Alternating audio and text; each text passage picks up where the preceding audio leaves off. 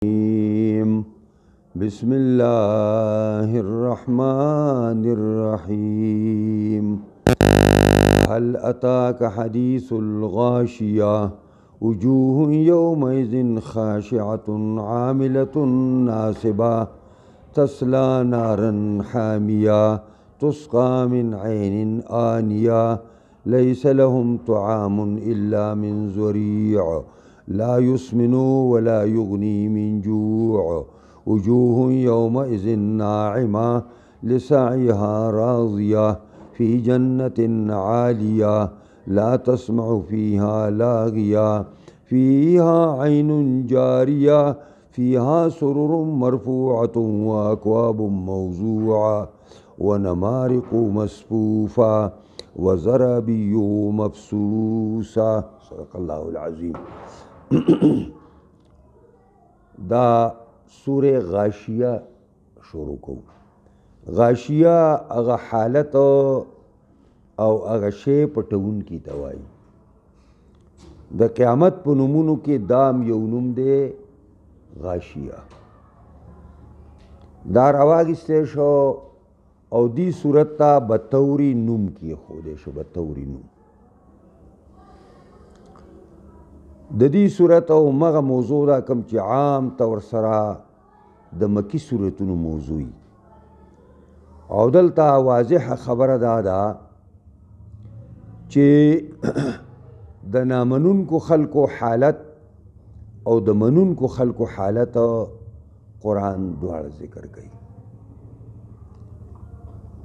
او دا حل په داسې ځای کې عرب استعمالي چې معنا دا ده چې دا خبره که تاسو دلچسپي والی د خبره یاد کړئ دا واقعه او دا خبره د غاشی تاسو ته راغلی که نه ده راغلی د قیامت څه ذکر و اذکار ستاسو مخې ته راغلی که نه دی راغلی. هل اتاک حدیث الغاشیه آیا راغلی دی تا ته خبره د حالت پټون کی؟ یقینا راغلی ده تا ته. نو غاشیه پټون کی ته وایي. قیامت ته غاشیه ځکه وایي چې دا تمام مخلوق به په خپل لپیټ کې واخلي او په ټول مخلوق باندې به اثرانداز شي او دا ټول به داسې په خپله قبضه کې والی لکه په یو شي چې څادر خور کې داسې به راغونډ کړي داسې. اوس چې کله د قیامت ورځ راله او غاشیه راله نو خلک به دوه قسمه شي. وجوه یومئذ خاشعه ډېر مخونه په دقه ورځ باندې به ذلیل او خوار وي. خاشعتن معنا ذلیلت او ذکر د مخونو دی مراد تینا خاوندان د مخونو دی. ډېر خاوندان د مخونو په دغه ورځ باندې به ذلیل او خوار وي. عاملتن نو عاملتن معنا دا ده چې کون کی وی ناصبتن ستړي ستومانه وي. یعنی قیامت کې به د داسې حالت سره به مخامخ شي داسې مصیبتونو سره به مخامخ شي داسې تکلیفونو سره به مخامخ شي چې ستړي ستومانه وي. او تسرع نارا حامیه دننه کېږي به ګرم اور ته ګرم اور ته به ننوځي. او یو ترجمه دام ده چې دا د دنیا سره لګېدلی دی. وجوه یومئذ خاشعه ډېر خاوندان د مخونو په دې ورځ باندې ذلیلي. عاملتون ډېر عمل کوونکي وي. قسمه قسم محنتونه عبادتونه د الله د رضا کوششونه به یې کړي او ناصبتون ستړي ستومانه وي خو په طریقه د جناب رسول الله بنئ په طریقه د اسلام بنئ په طریقه د دین بنئ ډیر به ځان ستړی کړی خو بې ځایه تسلا نارن حامیتن دننه کېږي به ګرم اور ته ګرم.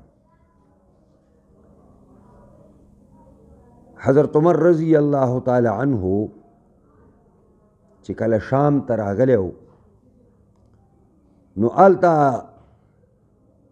یو سپینږیری عیسوي پادري د هغې د ملاقات دپاره راغی. نو هغه حضرت عمر رضی الله تعالی عنه ورته داسې وکاته او ژړا شو او ویې ویلې چې الله فرمایي وجوه یومئذ خاشعه عاملة ناصبه تسلا نارا حامیه. ډیر مخونه او خاوندان د مخونو ذلیل او خوار بی او ډیر عمل کوونکي او ریاضتونه به یې کړي او ستړي ستومانه به یي او ګرم ورته به دننه کېږي. نو هغه بوډا ورته وایي چې صاحب ولې ژاړئ؟ ویل ستا حالت مې جړئ ستا حالت مې جړئ چې ته پادري یې خوراک هم کم کې او شپه ورځ په عبادت کې اړمې خو ګرم اور ته به زه په تا ژاړم ستا په دې حالت باندې ژاړم. دې وجې نه دا دویمه ترجمه ده دی چې دا د دنیا سره هم لګېدلی دی او دا هغه د دې آیات مصداق هغه خلک چې ستړي ستومانه په عبادتونو کې په ریاضتونو کې خو په طور او طریقه د جناب رسول الله صلی الله علیه وسلم نه وي. نو د هغې باره کې دا آیات دی چې خسر الدنیا والآخره ذلک هو الخسران المبین. دا د دنیا خساره هم شوه او د دنیا کې هم مزه ونه کړه چې څه مزې چرچېلې د عامو کافرانو په شر خو کړی دی که نه او آخرت خو خود تباه دی. تسقا من عین آنیه سکولی کېږي به په دوی باندې د هغه چینې انتهایي ګرمې نه. دوی چې کله جهنم ته واچوي د جهنم دا ګرمي دا به د دې باطن ته ننوځي او په دوی باندې به یو تنده تواري شي او تنده به پرې راشي او دوی به چیغې کړي چې الله اوبه اوبه اوبه موږ د اوبو لپاره د اوبو ضرورت دی او دا وی خیال دی چې د اوبو په څښلو باندې په خېټه کې دا تکلیف به کم شي د اور او د تکلیف دا به کم شي. نو الله رب العزت په ورته د اوبو انتظام وکړي. تسقا من عین آنیه سکولی کېږي به په دوی باندې د هغه چینې انتهایي ګرمې نه. تاسو قرآن بل ځای چې لولئ یطوفون بینها و بین حمیم آن حمیم ګرم ته وایي او آن انتهایي ګرمو ته وایي ځکه زه ترجمه دلته د دې انتهایي ګرمې کوم.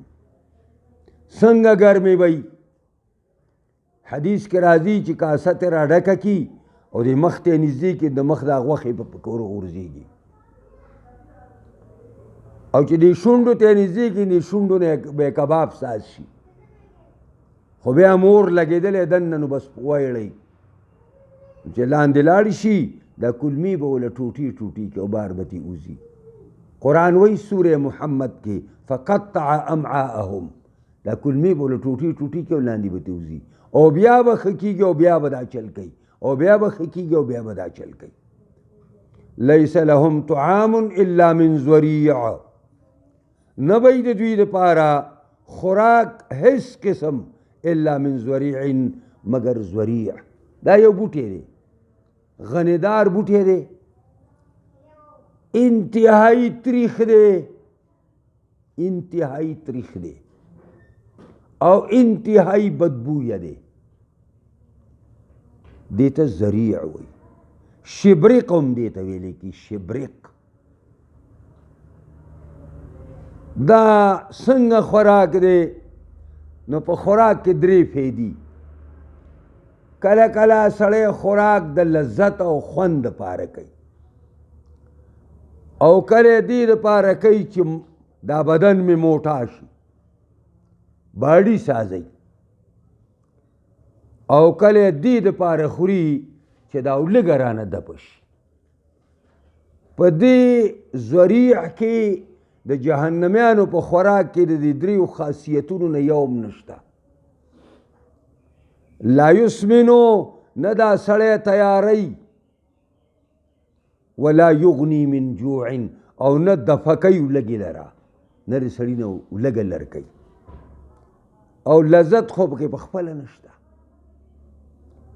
وجوه یومئذ ناعمه لسعیها راضیه فی جنت عالیه. دا قرآن یو تقابلی مطالعه ده، دا ترغیب او ترهیب ذکر کوي. مخکې یره ورکړه، د نامنونکو خلکو انجام ذکر کو، او اوس د منونکو خلکو انجام ذکر کوي. او په دبی الفاظو باندې قرآن موږ او تاسو ته دا وایي کوم طرف ته خوښ دی، څنګه مخفل سازول غواړي. وجوه یومئذ خاشعه که وجوه یومئذ ناعمه، کم دی خوښ دی، کم طرف ته روانېږي. وجوه یومئذ ناعمه، ډېر مخونه خاوندان د مخونو په دې ورځ باندې ناعمه تر و تازه وي. ناعمه چې د ډېرو اعلی خوراکونو د وجې نه په دې چهره کې یو ډول احساس شي، مزیداروالی احساس شي، هغې ته نعومت ویلی کېږي. نو دا مخونه به تر و تازه وي. لسعیها راضیه، او په خپل کوشش باندې چې په دنیا کې کړی دی خوشحاله وي. الحمدلله چې د الله او د رسول په پابندۍ کې مې زندگی تیره کړې وه. الحمدلله چې د الله په څه حکم کې مې کمی نه و کړی. دا د الله فضل په ما باندې، دا د الله مهرباني وه په ما باندې. لسعیها راضیه، په دې خپل کوشش او په خپلو منډو تړلو، په خپل تګ و دو په دې باندې به خوشحاله. او چرته به وي فی جنت عالیه، ای به په اوچت جنت کې، لوی عالی شان جنت، ډېر اوچت جنت، ډېر قیمتي جنت کې به لا تسمع فیها لاغیه، نه به اوري په دې جنت کې بکواس او بې پیدې خبرې. ځکه چې جنت ته به کم خلک چې ځي نو هغه به بکواسیان نه وي، هغه به دروغجن نه وي، هغه به کنزلمار نه وي. جنت ته به هغه خلک ځي چې هغه ډېر د سوچ بوچ خاوندانی.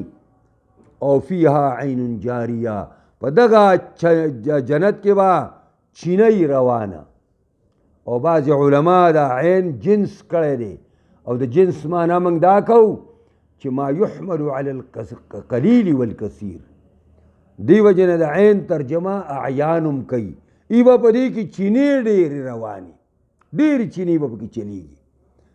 د پویو چینه به، د اوبو چینه به، د شرابو چینه به، او د ګبین چینه به. فی جنت عالیه لا تسمع فیها لاغیه فیها عین جاریه فیها سرر مرفوعه، په دې کې به تختونه وي، مرفوعه اوچت اوچت مزیدار. بټن به ووې نو به راښکته شي، نو پکې به کښېنې، نو چې بیا بټن ووې نو به لاړ شو کوم ځای ته چې ته تله غواړې. او اکواب موضوعه، او ای به دغه دا ګیلاسونه، ای به جامونه ایښودلی شوي، په پره پره باندې دا ګیلاسونه پراته دي، د چینې په غاړه باندې ته به ورته ناست، هېڅ قسم مشکل به هلته نه وي. ونمارق مصفوفه، ای به بالښتونه او تکیاګانې په سپونو سپونو باندې پرتې د ډډې والو دپاره. وزرابي مبسوسه، ای به هغه پرشونه، هغه قالینونه غوړېدلي غوړېدلي قالینونه به وي، او پر دې قالینونو باندې به چې کوم دی جنتیان ناست دي، او دا ټول ساز و سامان به ورته تیاري انشاءالله العزیز. باقي سبا وایو. واخر دعوانا الحمدلله رب العالمین. دعا وکړئ الله موږ د قرآن په اسرارو، لطایفو، ترجمو، باریکو تفسیرونو باندې پوهه کړي. دې سره سره الله موږ له په دې باندې کامل مکمل عمل کولو توفیق راکړي. قرآني نظام د شریعت نظام په تمام جهان خاص کر پاکستان کې راولي. دې کې څوک کار کوي کامیابي کې څوک یې مخالفت کوي هدایت ورته وکړي که بدقسمتۍ تباهي کړي الله زموږ مشکلات د دنیا او د آخرت هم حل کړي ګناهونه هم معاف کړي خاتمه هم بالایمان کړي څونه زموږ مشران زنانه نارینه مشران شوي ټول وبخښي څونه د مسلمانانو بیماران دي ټول ته شفا کامل عاجله ورکړي د دنیا په مختلفو حصو کې مسلمانان د کفارو صلیبیانو مشرکانو او دهریانو د لاس نه مختلفو عذابونو کې پراته دي الله د هغې د رهایي دپاره خپل زور استعمال کړي او د خپلو عاجزانو بندګانو انتقام خدای چې څوک د رسول الله صلی الله علیه وسلم هتک کوي د هغې بېعزتي کوي د هغې خاکې تیاروي خدایا که هغه ملکونه یي ورانې کې او که هغه افراد هلاکې کې ذلیلې کې خوارې کې الله د خپل پیغمبر انتقام او بدلتې والي الله زموږ ټول نه راضي شي دعا وکړئ دا کم کار شروع دی مدرسه کې چې الله دا په خیر و خوبۍ سرته ورسوي دې کې د زیانونو تاوانونو نه موږ خدای پاک بچ کړي او دې کې چې کم کمی دی الله د غیبو د خزانو نه پوره کړي خپلو نیکانو صالحانو بندګانو زړونه الله دې آبادولو چلولو او قرض خلاصولو ته راواړئ الله زموږ دپاره د آخرت د نجات دپاره دا بهترینه ذریعه وګرځئ د دې په وجه موږ نه راضي شي اللهم ربنا آتنا فی الدنیا حسنه وفي الآخرة حسنه